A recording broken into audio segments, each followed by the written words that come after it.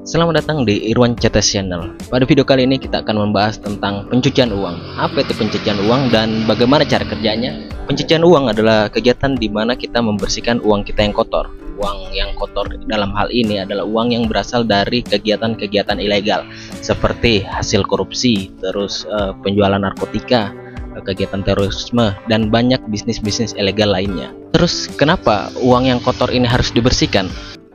Alasan mendasar dari kegiatan pencucian uang adalah menyembunyikan atau menyamarkan asal-usul uang kotor tersebut dari pihak berwenang agar tidak dapat dilacak atau dicurigai. Begini contoh sederhananya. Sebut saja Mawar. Mawar adalah anak SD yang tiap hari diberi uang jajan sama orang tuanya sekitar Rp1.000 setiap hari. Pada suatu ketika si Mawar melakukan kegiatan kejahatan, yaitu dia mencuri ayam tetangganya. Setelah dia mencuri ayam tetangganya, dia menjualnya di pasar dengan harga sekitar Rp300.000. Ini contoh ya. Nah, uang hasil dari penjualan ayamnya akan dibelikan mainan. Tapi jika dia membelikan mainannya dan membawa pulang mainannya, otomatis ibunya akan curiga karena setiap hari dia hanya diberikan uang Rp1.000. Jadi sangat tidak mungkin dia mendapatkan uang sebesar Rp300.000 dalam waktu singkat. Nah, agar ibunya tidak curiga, bagaimana caranya? Pertama-tama dia bekerja sama dengan temannya. Dia memberikan uang kepada temannya, dan setelah itu Mawar menyuruh temannya datang ke rumahnya untuk berpura-pura meminta tolong Mawar mengerjakan PR-nya. Tentu saja kegiatan ini akan dilakukan di depan ibunya agar ibunya tahu ada transaksi ini. Setelah Mawar mengerjakan PR-nya, temannya berpura-pura membayar uang dari hasil jasa Mawar mengerjakan PR temannya. Tapi kalau uang Rp300.000 langsung dibayarkan pada saat itu juga, tentu ibunya akan curiga, loh kenapa bisa cuma mengerjakan PR tapi langsung dapat Rp300.000. Nah, si Mawar mempunyai ide. PR-nya tidak dikerjakan hanya satu PR, tapi hari berikutnya 4 hari berturut-turut temannya itu datang meminta tolong Mawar untuk mengerjakan PR-nya. Dan akhirnya uangnya setelah dicicil genap menjadi Rp300.000 dan Mawar bisa membeli mainan yang diinginkannya tanpa orang tuanya curiga, malah orang tuanya bangga. Mawar ini pintar. Dengan mengerjakan PR, dia bisa mendapatkan uang atau cuan. Itu contoh kecilnya. Bagaimana kalau contoh besarnya? Sebut lagi Mawar. Ketika Mawar sudah beranjak besar, dia bekerja di swalayan sebagai kasir. Ya, gajinya UMR lah.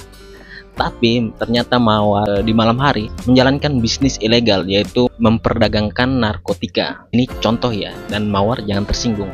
Mawar hanyalah nama contoh. Nah, dari kegiatan penjualan narkotikanya dia, Mawar pada bulan pertama mendapatkan uang 10 juta, bulan berikutnya mendapat uang 200 juta. Dia mendapatkan keuntungan yang sangat besar. Setelah uang Mawar banyak, tentu saja dia ingin membeli barang-barang mewah. Nah, di sini ketika Mawar ingin membeli mobil mewah misalnya, saat orang membeli mobil mewah dibutuhkan NPWP, atau membeli rumah misalnya, itu memerlukan NPWP. Dan apa konsekuensinya jika kita memerlukan NPWP? Saat uang ilegal yang digunakan, tentu saja di Dirjen Pajak kegiatan transaksi narkoba ini kan tidak tercatat di Dirjen Pajak ya, karena ini adalah transaksi ilegal.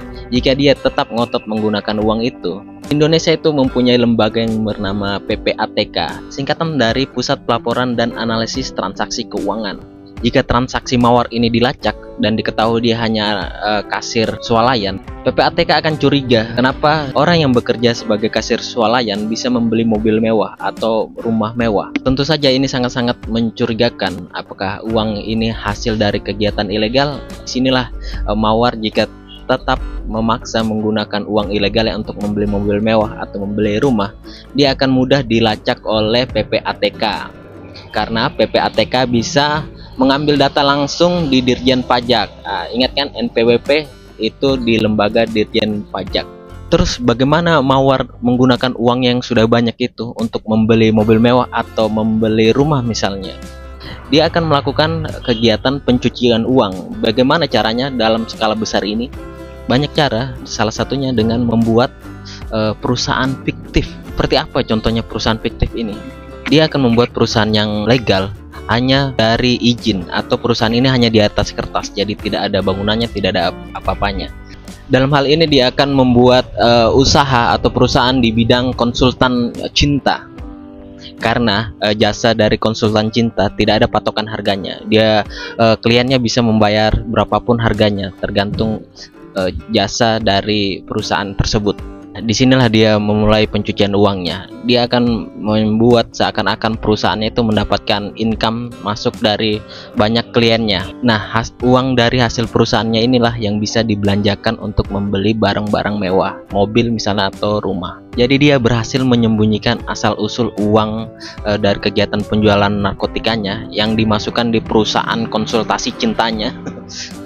Akhirnya menghasilkan uang yang legal dan bisa dibelanjakan membeli mobil mewah atau rumah.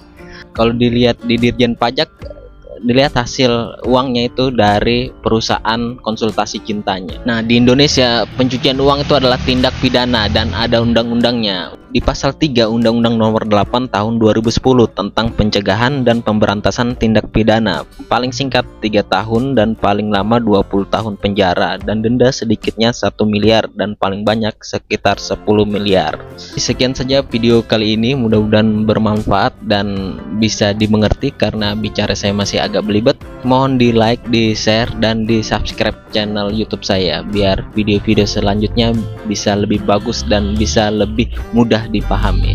Terima kasih.